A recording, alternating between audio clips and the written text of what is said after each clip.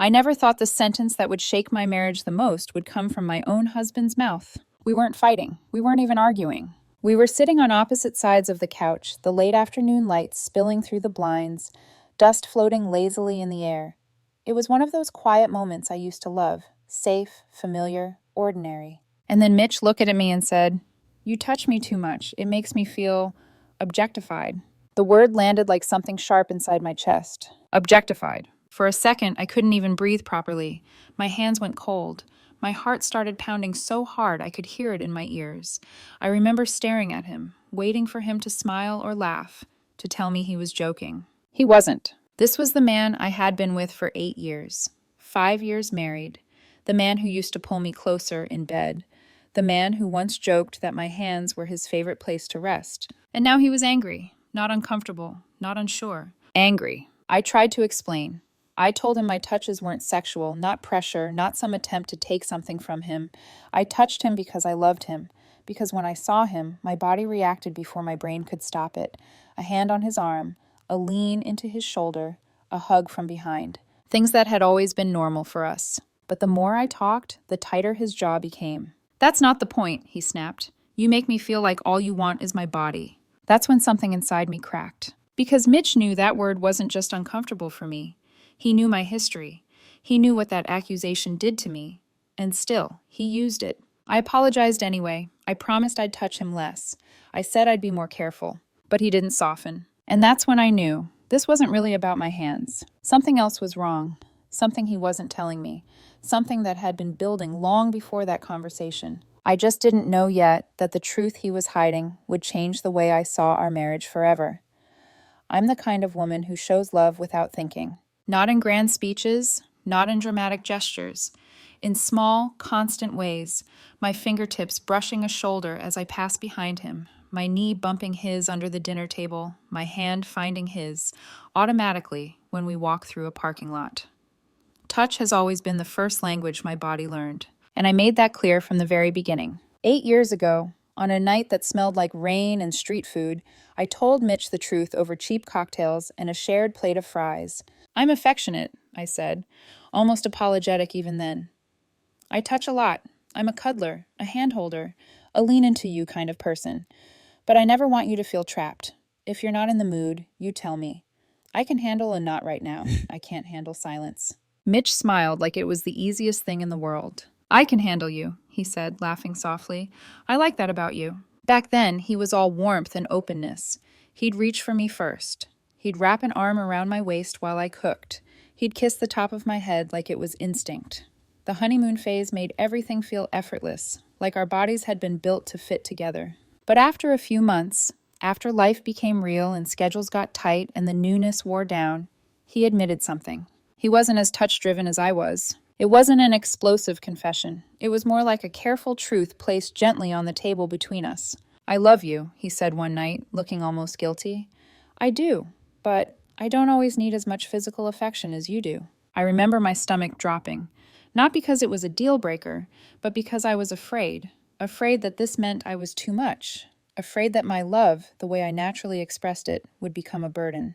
Mitch reached for my hand then, ironic almost, and squeezed. "It's not that I don't want you," he said quickly. "It's just, sometimes I get overwhelmed." So we did what we always prided ourselves on doing. We communicated. We built our system. We called it our check-in. Not a strict schedule, not some stiff relationship meeting. Every couple of weeks, whenever it felt like the air needed clearing, we'd sit down, usually on the couch, sometimes at the kitchen table with mugs of tea, and talk through the tiny things before they grew teeth. A faucet he'd forgotten to fix. A dinner he promised to make and didn't. A tone I used when I was stressed that hurt his feelings even though I didn't mean it. And yes, our physical relationship. I'd ask, directly but gently, "Am I initiating too much? Are you okay with the amount of affection? Do you want more space, or are you good?" And Mitch would answer. Sometimes he'd say, "A little less this week." Sometimes he'd shrug and say, "We're good." Sometimes, in happier phases, he'd pull me in and say, "I've missed you. I want more." It became our rhythm, our safety net. We took pride in it. We'd even joked about how mature we were compared to other couples who let resentment rot under the surface. For years, it worked. When Mitch had that brutally stressful job 3 years ago, the one that drained him until he came home with his shoulders up around his ears, eyes dull, voice thin. He told me intimacy felt like one more demand on his body. So we adjusted, once a week, maybe less, if he was exhausted. I didn't sulk, I didn't punish him. I loved him through it the way I knew how. Presence, patience, and small touches that I tried to keep soft and non-demanding. Then he quit that job and took time off, and it was like the sun came back out. We had sex almost daily for a while, because he wanted it too. Because he was lighter, less burdened, more himself. After that, we found a middle ground that shifted with life, like seasons. And I thought that meant we were solid. I thought our check-ins meant there were no hidden landmines. That's what made what happened yesterday feel so unreal. Like I'd been walking around in a house I thought I knew, only to discover a trapdoor under the rug. Because lately, I'd been feeling extra affectionate toward him. Not because I wanted sex constantly, not because I was trying to take something, but because something in me had been overflowing with love in this almost helpless way. The kind that made me want to crawl into his lap when he was scrolling on his phone. The kind that made me reach for him in my sleep when he came to bed after a shower, damp and warm and smelling like soap. Mitch wasn't some magazine cover fantasy. He was average height, glasses, a bit of a dad bod, hair thinning in a way he tried to joke about. And I loved him, deeply, fiercely, not despite those things, but because he was him. I loved his intelligence, the way he could make a boring grocery trip feel funny, the way he always remembered to text me when he got somewhere safely, the kindness he showed strangers without performing it. So when I touched him, it wasn't appraisal, it was devotion, which is why his anger didn't just confuse me, it terrified me. Because affection doesn't become objectification overnight. That feeling has roots, and if Mitch had roots like that buried inside him, then what else had he been swallowing down while I kept believing our communication was honest? After that conversation, the house felt different. Not loud, not tense in an obvious way, just off. Like a familiar room where someone had quietly moved the furniture in the dark. I started noticing things I'd never paid attention to before, not because they were new, but because now my brain was scanning for danger, replaying his words on a loop. You touch me too much. You make me feel objectified. The next morning, I woke up before Mitch. The light was pale and gray, early and undecided. Normally, I would have rolled closer, tucked my foot against his calf, rested my hand on his back, something small, unconscious. This time I froze. I lay there staring at the ceiling, my hand curled against my own chest, like it didn't belong anywhere else. When Mitch finally stirred, he stretched and yawned, completely unaware of the calculation happening inside my head. He smiled at me, kissed my forehead, and got out of bed.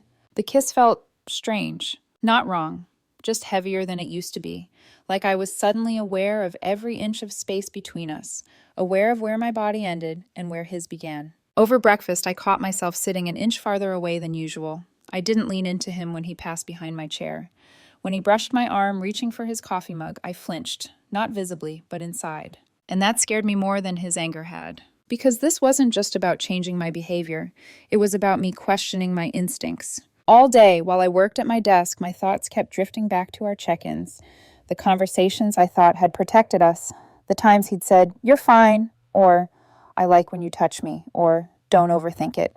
Had he meant those things at the time? Or had he been quietly adjusting himself around me, absorbing discomfort because he thought that was love? That night, I watched him from across the room while he answered emails on his laptop.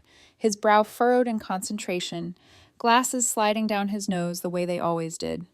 I felt that familiar pull, the urge to go sit beside him, to rest my head on his shoulder, to exist close to him without words. I didn't. Instead, I stayed where I was, hands folded tightly in my lap. Mitch noticed. "You okay?" he asked, glancing up. "Yeah," I said too quickly. "Just tired." He nodded and went back to typing, but something about the way his shoulders relaxed made my chest ache. Was this what he wanted? Distance? Relief? Over the next few days, I became hyper-aware of every interaction. When I laughed at one of his jokes and instinctively reached for his arm, I stopped myself mid-motion and pretended to scratch an itch instead.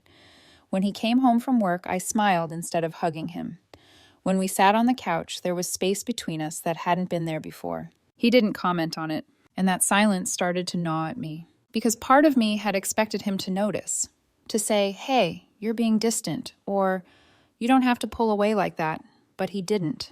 which left me wondering something I didn't want to think about. Had my affection been something he tolerated, and my restraint was actually a relief? I replayed our argument again and again, searching for clues I'd missed. His anger. The way he didn't accept my apology.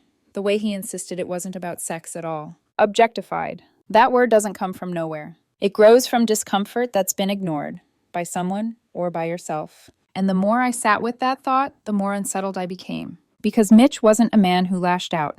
He didn't explode. He didn't snap without reason. When he got angry, it usually meant something deeper was boiling under the surface. Something unspoken. Something heavy. I started wondering if this wasn't about my hands at all, but about something in his life that had shifted. Something he hadn't shared with me yet. Stress, fear, guilt. I told myself I was overthinking it, but a quiet voice in the back of my mind kept whispering, "This feels like displacement. This feels like pain looking for a target." And I had a sinking feeling that whatever Mitch was carrying, I was about to find out the hard way. 2 days later, Mitch asked me to sit down again. Not casually, not with that easy tone he used during our usual check-ins. This time, he stood in the doorway of the living room for a moment, hands in his pockets, eyes fixed somewhere over my shoulder like he was bracing himself. "Can we talk?" he asked. My stomach dropped instantly. I nodded and muted the TV, even though I hadn't been paying attention to it. The room felt too quiet once the background noise disappeared. I tucked my legs under me on the couch, instinctively making myself smaller, safer. Mitch sat down across from me, not beside me like he usually would. That alone told me this wasn't a small conversation. "I've been thinking about what I said the other day," he began. His voice was different now, lower, tired. "And I need to explain something." I waited. Every part of me wanted to reach out, to bridge the space between us, but my hands stayed locked together in my lap. He rubbed his face, dragging his fingers down over his mouth like he was trying to hold himself together. "I didn't mean to hurt you," he said. "I know I did. I can see it now." That should have made me feel better. It didn't, because regret doesn't always mean resolution. "Then why did you say it like that?" I asked quietly. "Why did you sound so angry?" He exhaled, long and shaky, and finally looked at me. "Because I'm exhausted," he said, and I didn't know how else to make it stop. "Stop." The word echoed in my head. "Make what stop?" I asked. For a moment, I thought he wasn't going to answer. His jaw tightened. His eyes flicked toward the window, then back to me. "I've been carrying something," he said slowly. "Something I haven't told you." My pulse picked up. I felt that cold, familiar sensation crawl up my spine, the one that always comes right before bad news. "What?" I asked. Mitch swallowed. "My mom," he said. "She's sick, really sick." I stared at him, trying to process the words. "I knew she was in the hospital," I said carefully. "You told me that." "Not everything," he replied. "They found more than they expected, a lot more." The air felt thick, like it was pressing against my chest. "How bad?" I asked. He looked down at his hands. "They don't know exactly how long yet," he said. "But it's not good. They're talking months, not years." The room tilted. I felt a rush of emotions collide all at once. Shock, fear, sadness, concern. But threaded through all of it was something sharper. Confusion. "Why didn't you tell me?" I asked. His shoulders sagged. "Because she asked me not to," he said. "She wanted time. She didn't want everyone panicking before she even had a final diagnosis. My dad told me anyway, and then made me promise not to tell anyone else. Not my siblings, not you." My chest tightened painfully. "You didn't tell me," I repeated. Not accusing, just stating the truth out loud so I could hear it. "I wanted to," Mitch said quickly. "God, I wanted to. But every time I looked at you, I thought, just a little longer, just until we know more, just until she's ready." His voice cracked on the last word. "And meanwhile?" I asked. He let out a humorless laugh. "Meanwhile, I was falling apart," he admitted. "I was going to work, coming home, acting normal. And every time you touched me, it reminded me that I was lying to you." I felt my breath catch. "That's what it was?" I whispered. He nodded, eyes glossy. "Your affection didn't feel bad," he said. "It felt undeserved. Like you were giving me warmth and comfort, and I was hiding something huge from you." Every touch made the guilt louder. I leaned back against the couch, my head spinning. "So instead of telling me," I said slowly, "you let me believe I was doing something wrong." "I know," he said immediately, "and I hate myself for it." The anger I'd been holding dissolved into something heavier, more complicated. Grief, fear, and a sudden, painful understanding. "This wasn't about me wanting you," I said. "This was about you drowning alone." Mitch finally broke. He leaned forward, elbows on his knees, and buried his face in his hands. His shoulders shook silently, the way people do when they've been strong for too long. I didn't have anything left, he said through tears. I couldn't handle being held when I felt like I was coming apart inside. Without thinking, I moved. I crossed the space between us and wrapped my arms around him. This time, he didn't pull away. He collapsed into me, gripping my shirt like it was the only thing keeping him upright. I held him while he cried, feeling the truth settle painfully into place. The word objectified hadn't been the truth. It had been a shield. And now that I finally understood what had really been happening beneath the surface, I realized something else too. This explanation didn't erase the hurt. It just changed its shape. After he finished crying, we stayed like that for a long time. No words, just the quiet rhythm of his breathing slowly evening out against my shoulder. The weight of his body heavy but familiar, grounding in a way it hadn't been since before the argument. I didn't feel angry anymore. Not the sharp, defensive anger that had flared when he accused me.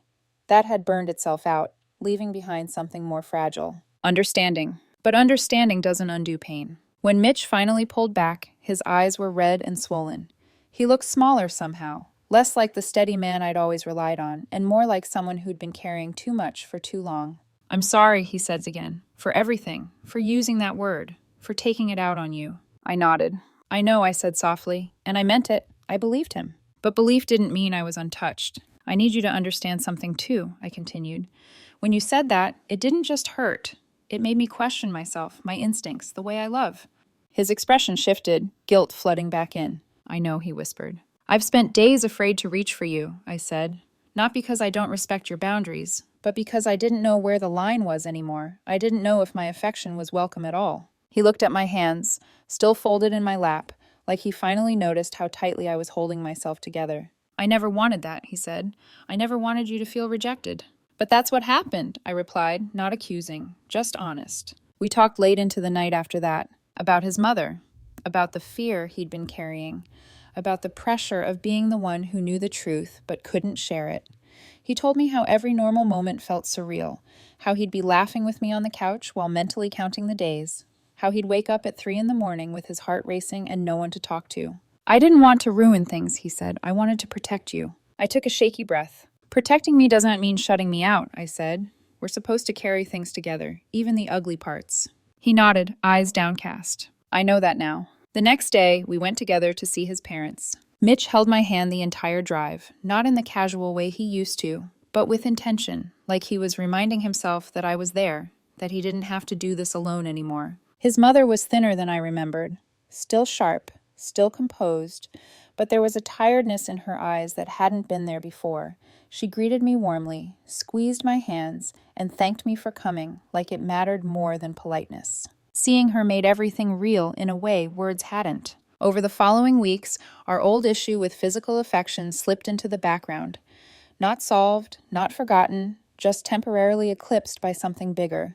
Grief rearranges priorities. I adjusted instinctively, offering comfort in quieter ways, sitting nearby instead of touching, being present without pressing in, letting him come to me when he needed closeness. Most of the time it worked, but sometimes in the stillness after a long day, I'd feel that familiar urge rise in my chest, and then I'd stop myself, unsure. Mitch noticed. I don't want you to disappear, he told me one night, voice gentle. I just need a little less right now. I nodded, even though my throat tightened.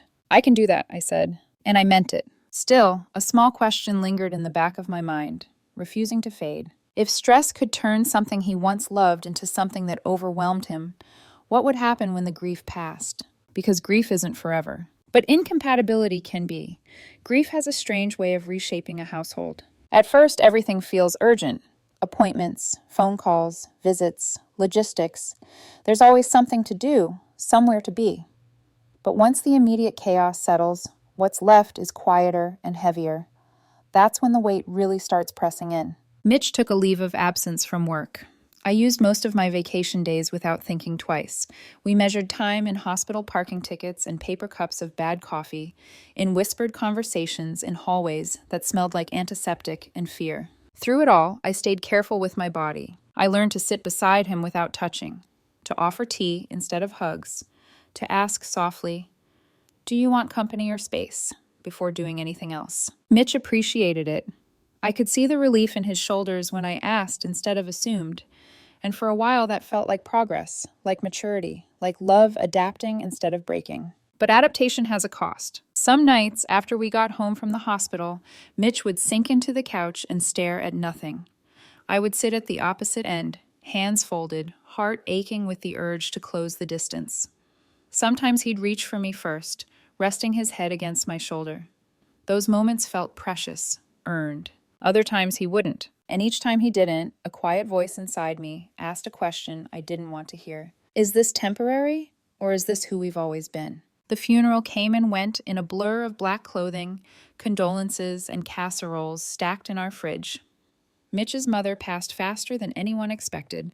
One day she was still joking weakly from her hospital bed. The next, she was gone. After the service, Mitch's father came to stay with us. Our house filled with boxes of old photographs, envelopes, and memories no one knew what to do with yet. Grief sat with us at the dinner table. It slept in the guest room. It followed Mitch like a shadow. I did my best to disappear in the ways that felt necessary. I cooked, I cleaned, I listened. I didn't touch unless he reached for me. Then, one evening, as I was rinsing dishes at the sink, I heard Mitch's father say something that made my hands go cold. She always worried you settled, he said gently. Your mom noticed you needed more space than most people, especially with affection. I froze. The water kept running. My pulse roared in my ears. Settled? I didn't mean to listen, but once the words hit me, I couldn't stop.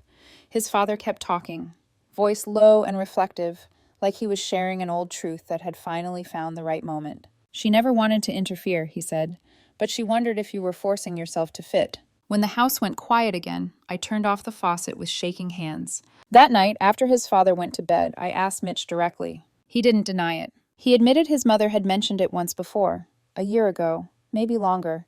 He said he'd brushed it off at the time, but it had stayed with him. I felt like the floor dropped out from under me. So, was she right? I asked. My voice barely sounded like my own. Have you always felt this way? Mitch hesitated. That hesitation told me everything. Yes, he said finally. Sometimes. Not always, not constantly, but enough. He explained that he loved me, deeply, sincerely, but his threshold for physical touch was lower than mine. That he often enjoyed my affection, but there were times he felt overwhelmed and pushed past his own comfort because he knew touch was how I felt loved. I didn't want to hurt you, he said, so I adjusted instead. 8 years. 8 years of thinking our system had worked. 8 years of believing our check-ins meant honesty. And now I was realizing that one of the most fundamental parts of how I loved had been, at times, something he endured. I lay awake that night, staring into the dark, my body tense with questions. If he'd been compromising this whole time, what else had we misunderstood? What else had he been quietly carrying? The grief hadn't created this problem. It had exposed it. And for the first time since we met, I had to face a terrifying possibility. Love might not be enough if the way we give it hurts the person we're trying to hold. The weeks that followed were the quietest our marriage had ever been. Not because we weren't speaking, but because everything we said felt careful, measured, filtered through a new awareness that neither of us knew how to handle yet. Mitch's father stayed with us for a month after the funeral. During the day, the house felt crowded with memories that weren't mine. Photo albums spread across the coffee table, cardboard boxes stacked in the hallway, grief lingering in every room like a low hum. At night, after his father went to bed, the silence felt even heavier. That's when my thoughts got loud. I started questioning moments from years ago, tiny memories that had never stood out before. Times Mitch had stiffened slightly when I hugged him from behind, the way he sometimes leaned away when I scooted closer on the couch, how he'd smile and tolerate instead of actively pull me in. Had I missed all of that? Or had I chosen not to see it because the idea of being too much terrified me? One night I stood in the bathroom staring at my reflection, arms wrapped around myself. I tried to imagine a version of me that loved differently, less physical, less instinctive, less me. The thought made my chest ache. Because physical affection wasn't just a habit, it was how I regulated emotion, how I soothed myself, how I said I'm here without words. Asking me to remove that entirely felt like asking me to speak a language I barely knew. And yet, how could I justify continuing if it caused him discomfort? That question hollowed me out. I started pulling back more, not just physically, but emotionally. I became quieter. I filled the space with practical things, errands, cleaning, to-do lists, because action felt safer than vulnerability. Mitch noticed. "You're distant," he said one evening, not accusing, just tired. "I'm trying to give you space," I replied. "I didn't ask you to disappear." But I didn't know how to exist in between. If I reached for him and he stiffened, it hurt. If I didn't reach for him and he didn't either, it hurt too. There was no winning. The lowest point came on a night when grief and exhaustion collided all at once. Mitch had been quiet all day, withdrawn in that way that made him feel far away even when he was sitting right next to me. I finally asked, "Do you still want me the way I want you?" The question slipped out before I could stop it. Mitch looked stricken. "Yes," he said quickly. "Of course I do." "But not like this," I whispered. "Not the way I am." He didn't answer right away. That pause, small, unintentional, cut deeper than any argument ever could. "I love you," he said eventually, "but we might love differently." I nodded, even as something inside me crumbled. That night, after he fell asleep, I lay awake replaying his words over and over. We might love differently. I thought about the future, about decades of constantly monitoring myself, of checking before touching, of wondering if every hug was too much. I imagined growing older beside someone who loved me deeply, but never fully met me where I was. The loneliness of that image pressed down on my chest until I could barely breathe. I wasn't angry anymore. I was grieving. Grieving the version of our marriage I thought we had. Grieving the safety I felt in my own body around him. Grieving the belief that love alone could bridge any gap. For the first time, I let myself ask the question I'd been avoiding. What if this wasn't a phase? What if this wasn't grief talking? What if we were fundamentally mismatched in a way that no amount of compromise could fully fix? I didn't want the answer, but I knew it was coming. The shift didn't come in a dramatic moment. No shouting, no ultimatums, no sudden revelation that fixed everything at once. It came quietly, on a night when neither of us had the energy left to protect ourselves from the truth. Mitch's father had moved out a few days earlier. The house felt empty in a new way, like it was finally ours again, but still echoing with everything that had happened. We sat at the kitchen table long after dinner, mugs of untouched tea growing cold between us. "I don't want us to keep guessing," Mitch said finally. His voice was calm, but there was something resolute underneath it. "We keep talking around this instead of through it." I nodded. My chest felt tight, but I forced myself not to look away. "Then let's be specific," I said. "No more generalizations, no more sometimes and usually. I need to understand what actually feels okay for you." He took a deep breath, like he'd been waiting for permission. "I don't hate your touch," he said. "I never did. But I get overwhelmed when it's unexpected, especially when I'm focused or already overstimulated." I leaned forward slightly, listening. He continued, slowly, carefully. "I love when you touch my arm or my shoulder while we're talking. That feels grounding. I like cuddling on the couch in the evening when I've had time to decompress. But when I'm just waking up, or when I'm in the middle of doing something, or when touch comes from behind without warning, my body tenses before my brain can catch up." The words landed softly, but they landed. Not accusations, not judgments, information. Something inside me loosened. "So, it's not that you don't want closeness," I said. "It's that the timing matters more than I realized." He nodded, relief flickering across his face. "Yes," he said, "exactly. And I should have said that years ago, instead of trying to adapt silently." I swallowed. "And I should have asked better questions," I admitted, instead of assuming our system covered everything. For the first time in weeks, the conversation didn't feel like a threat. It felt like clarity. We spent hours talking, mapping out patterns we'd never named before, when touch felt good, when it felt like too much. What comfort looked like for him when he was grieving. What connection meant for me when I felt distant. It wasn't about more or less touch. It was about how, when, and why. "I don't want you to stop being who you are," Mitch said quietly. "I just want us to meet in places that don't hurt either of us." Something in my chest shifted. For weeks, I'd been afraid the answer would be incompatibility. Instead, it was nuance. Not a perfect solution, not a guarantee, but a path. I realized then that the word objectified, the one that had shattered me, had never been the truth. It had been grief speaking through exhaustion. Fear wearing the wrong language. And now, finally, we were speaking the right one. Change didn't happen overnight. It crept in slowly, awkwardly, through trial and error. At first, I caught myself hesitating before every touch, like I needed permission from my own brain to reach for the man I loved. Sometimes I asked out loud, "Is this okay?" And sometimes I just waited, watching his body language the way I'd never had to before. Mitch, for his part, started doing something new too. He initiated. Not constantly, not dramatically, but deliberately. A hand on my knee when we sat at the table, his arm settling around my shoulders when we watched TV. A soft touch at my waist as he passed behind me, this time with intention, not tolerance. Those moments mattered more than he probably realized, because they told me something important. He wasn't pulling away from me. He was learning to speak up. There were missteps, of course. One afternoon, I hugged him from behind without thinking while he was focused on fixing something in the garage. I felt his body tense before he could stop it. "I'm sorry," I said immediately, stepping back. He turned, regret already on his face. "No," he said gently. "That's on me. I should have said I needed space first." We stood there for a moment, both of us uncomfortable but honest. That was new. Before, moments like that would have been swallowed, ignored, filed away silently. Now we address them, not with blame, but with awareness. Outside our home, the world kept moving. Friends noticed we were quieter, more thoughtful with each other. Some assumed grief was the only reason, and in a way, it was, but not just grief for his mother. Grief for the version of ourselves we thought we were. Mitch's father settled into his new place near his daughter. The boxes were gone. The photos were put away.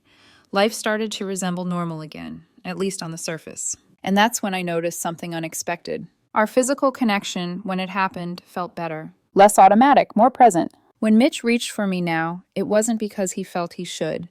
It was because he wanted to. And when I touched him, it was with awareness instead of instinct alone. I started finding new ways to express affection, too. I cooked his favorite meals when he had long days. I left notes in his bag. I listened, really listened, when he talked about missing his mother, even months later. Mitch responded in his own ways. He told me he loved me more often. He checked in without prompting. He learned to say, "I need space right now," without fear that it would hurt me. There was fallout from the truth, yes. We lost some innocence, some ease. But what replaced it was something sturdier. Honesty without panic. Boundaries without punishment. Love without silent sacrifice. I realized then that compatibility isn't about perfect alignment. It's about whether two people are willing to adjust without erasing themselves. It's been 6 months since the night Mitch told me my touch made him feel objectified. 9 months since I first sat on our couch, heart pounding, wondering if my marriage was quietly breaking apart. If you had asked me then whether we would survive this, I don't know what I would have said. Today I know the answer. Not because everything is perfect, but because everything is honest. We don't use our old check-in system anymore, not the way we used to. Those conversations were helpful, but they were too broad, too safe. Now, we talk in specifics, in real time, in moments that matter. What do you need right now? Is this okay? I want closeness, but I'm overwhelmed. We learned that love languages aren't static. They shift under stress. They bend under grief. And sometimes they clash, not because love is lacking, but because understanding is incomplete. I still love through touch. That hasn't changed. But now I love with awareness too. I pay attention to timing, to context, to his state of mind. I choose moments instead of assuming them. Mitch still needs more space than I do. That hasn't changed either. But now he doesn't swallow his discomfort to protect my feelings. He speaks it. And in doing so, he gives me something far more valuable than silent endurance: trust. Grief changed us. Losing his mother stripped away our illusions about who we thought we were as a couple. It forced us to confront truths that had been quietly waiting under the surface for years. But it didn't break us. It refined us. Our physical connection is less frequent than it once was, but it's deeper. When we touch now, it's mutual, grounded, and wanted by both of us. There's no guessing, no bracing, no quiet resentment building in the background. For anyone reading this who's struggling with differences in physical affection, here's what I learned the hard way. Don't stop at more or less. Get specific. Ask what kinds of touch feel good, when they feel good, and when they don't. Because incompatibility isn't always about loving differently. Sometimes it's about never learning how to translate. I don't regret staying. I don't regret questioning everything. And I don't regret changing, not because I was wrong, but because growth isn't about shrinking yourself. It's about learning how to stand next to someone without stepping on each other's boundaries. This is my final update. Our marriage isn't the same as it was before. It's better. Not softer, not easier, but truer.